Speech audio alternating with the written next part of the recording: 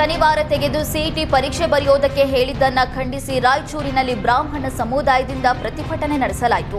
ರಾಯಚೂರು ಜಿಲ್ಲಾಧಿಕಾರಿ ಕಚೇರಿ ಮುಂಭಾಗದಲ್ಲಿ ರಾಜ್ಯ ಸರ್ಕಾರದ ವಿರುದ್ಧ ಘೋಷಣೆ ಕೂಗಿ ಪ್ರತಿಭಟನೆ ನಡೆಸಲಾಯಿತು. ಶನಿವಾರ ತೆಗೆಸಿದ ಸಿಬ್ಬಂದಿ ಮತ್ತು ಅಧಿಕಾರಿ ವಿರುದ್ಧ ಕೂಡಲೇ ಕ್ರಮವಾಗಬೇಕು. ಕೂಡಲೇ ಕ್ರಮ ಕೈಗೊಳ್ಳದೇ ಇದ್ರೆ ಮುಂದಿನ ದಿನಗಳಲ್ಲಿ ಉಗ್ರ ಹೋರಾಟ ಮಾಡೋದಾಗಿ ಎಚ್ಚರಿಕೆ ನೀಡಿ ಮನವಿ ಪತ್ರ ಸಲ್ಲಿಸಿದರು. ಶನಿವಾರ ತರಿಸಿದ್ದಕ್ಕೆ ಪರೀಕ್ಷೆಗೆ ನಿರಾಕರಣೆ ಪ್ರಕರಣದ ಬಗ್ಗೆ ಮಾತನಾಡಿದ ಸಚಿವ ಶಿವಾನಂದ ಪಾಟೀಲ್, ಆ ರೀತಿ ಮಾಡಿದ್ದು ತಪ್ಪು. ಆದರೆ ಸರ್ಕಾರ ಆ ರೀತಿ ಯಾವುದೇ ಆದೇಶ ಮಾಡಿಲ್ಲ, ಮಾಡೋದೂ ಇಲ್ಲ. ತಿಳುವಳಿಕೆ ಇಲ್ಲದ ಅಧಿಕಾರಿ ಮಾಡಿದ ತಪ್ಪಿಗೆ ಸಮಾಜ ತಲೆ ತಗ್ಗಿಸುವ ಹಾಗಾಗಿದೆ. ಘಟನೆಯಿಂದ ಸರ್ಕಾರಕ್ಕೆ ಕೆಟ್ಟ ಹೆಸರು ಬಂದಿದೆ.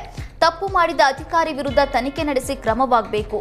ವಿದ್ಯಾರ್ಥಿಗೆ ನ್ಯಾಯ ಸಿಗಲೇಬೇಕು ಅಂತ ಹೇಳಿದರು.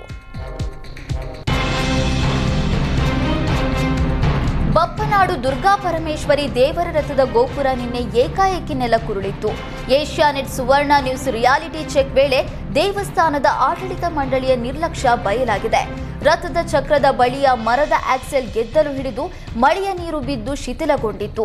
ಹೀಗಿದ್ರೂ ಫಿಟ್ನೆಸ್ ಟೆಸ್ಟ್ ಮಾಡದೆ ಆಡಳಿತ ಮಂಡಳಿ ರಥೋತ್ಸವ ಮಾಡಿದೆ. ರಥೋತ್ಸವದ ವೇಳೆ ಮಣ್ಣು ಮೃದುವಾದ ಜಾಗದಲ್ಲಿ ರಥದ ಚಕ್ರ ಹೂತು ಹೋಗಿದೆ. ಈ ವೇಳೆ ರಥದ ಪಥ ಬದಲಿಸುವ ಮರದ ತುಂಡು ತಿರುಗಿಸಿದ ವೇಳೆ ಮುಂಭಾಗದ ಚಕ್ರಕ್ಕೆ ಹಾನಿಯಾಗಿದೆ. ಏಕಾಏಕಿ ರಥ ವಾಲಿದ ಪರಿಣಾಮ ರಥದ ಗೋಪುರ ನೆಲಕ್ಕುರುಳಿದೆ. ಆಡಳಿತ ಮಂಡಳಿ ನಿರ್ಲಕ್ಷ್ಯದಿಂದಲೇ ಈ ಅವಘಡ ಸಂಭವಿಸಿದೆ ಎಂದು ಆರೋಪಿಸ್ತಾ ಇದ್ದಾರೆ. ರಾಜ್ಯದಲ್ಲಿ ವಕ್ಫ್ ಕಾಯ್ದೆ ಜಾರಿಗೆ ತರಲ್ಲ ಅನ್ನೋಕೆ ಜಮೀರ್ ಯಾರು ಅಂತ ಪ್ರಹ್ಲಾದ್ ಜೋಶಿ ಕಿಡಿಕಾರಿದ್ರು. ಮೊದಲು ಕಾಂಗ್ರೆಸ್ ಪಕ್ಷದಿಂದಲೇ ಜಮೀರ್ನನ್ನ ಹೊರ ಹಾಕಬೇಕು. ವಕ್ಫ್ ವಿಚಾರ ಸುಪ್ರೀಂ ಕೋರ್ಟ್ನಲ್ಲಿದೆ. ಪಾರ್ಲಿಮೆಂಟ್ನಲ್ಲಿ ಪಾಸಾದ ಕಾನೂನು ಜನರ ಅಭಿಮತ ಇದ್ದಂತೆ. ವಕ್ಫ್ ಕಾನೂನು ವಿಚಾರದಲ್ಲಿ ನಮ್ಮ ಪಕ್ಷ ಸ್ಪಷ್ಟವಿದೆ ಅಂತ ಪ್ರಹ್ಲಾದ್ ಜೋಶಿ ತಿಳಿಸಿದ್ರು. ಪ್ರತಿಭಟನೆಗೆ ಯಾರು ಬೇಕಾದ್ರೂ ಜನರನ್ನ ಸೇರಿಸಬಹುದು, ಆದ್ರೆ ವಕ್ಫ್ ಜಾರಿಗೆ ತರಲ್ಲ ಅನ್ನೋಕೆ ಜಮೀರ್ ಯಾರು ಅಂತ ಜೋಶಿ ಪ್ರಶ್ನಿಸಿದ್ರು. ಸಚಿವ ಜಮೀರ್ ಏನು ಪಾರ್ಲಿಮೆಂಟ್ಗಿಂತ ಮೇಲಿದ್ದಾನ ಅಂತ ಪ್ರಹ್ಲಾದ್ ಜೋಶಿ ವಾಗ್ದಾಳಿ ನಡೆಸಿದ್ರು. ರಾಯಚೂರಿನಲ್ಲಿ ವಕ್ಫ್ ಉಳಿವಿಗಾಗಿ ಮುಸ್ಲಿಂ ಸಮುದಾಯದವರು ಪ್ರತಿಭಟನೆ ನಡೆಸಿದ್ರು. 2025ರ ವಕ್ಫ್ ಕಾಯ್ದೆ ವಾಪಸ್ ಪಡೆಯುವಂತೆ ಪ್ರತಿಭಟನಾಕಾರರು ಆಗ್ರಹಿಸಿದ್ರು. ಕೈಗೆ ಕಪ್ಪು ಬಟ್ಟೆ ಧರಿಸಿ ಪ್ರತಿಭಟನೆಯಲ್ಲಿ ಭಾಗಿಯಾಗಿದ್ದ ನೂರಾರು ಜನರು ಕೇಂದ್ರದ ವಿರುದ್ಧ ಧಿಕ್ಕಾರ ಕೂಗಿ ಆಕ್ರೋಶ ಹೊರಹಾಕಿದ್ರು. ಕಾಫಿ ನಾಡಿನಲ್ಲಿ 40ಕ್ಕೂ ಹೆಚ್ಚು ಕಾಡಾನೆಗಳು ಬೀಡು ಬಿಟ್ಟಿದ್ದು ಕಾಫಿ, ಅಡಿಕೆ ಸೇರಿದಂತೆ ಹಲವು ಬೆಳೆಗಳನ್ನು ನಾಶ ಮಾಡಿದೆ.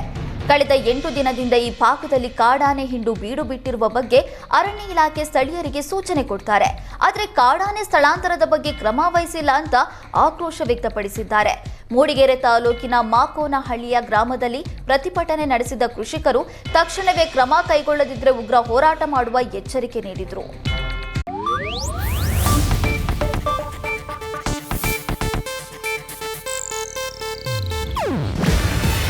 ಇದು ಏಷ್ಯಾನೆಟ್ ನ್ಯೂಸ್ ನೆಟ್ವರ್ಕ್ ಪ್ರಸ್ತುತಿ. ನೀವು ನೋಡ್ತಿದ್ದೀರಾ ಏಷ್ಯಾನೆಟ್ ಸುವರ್ಣ ನ್ಯೂಸ್.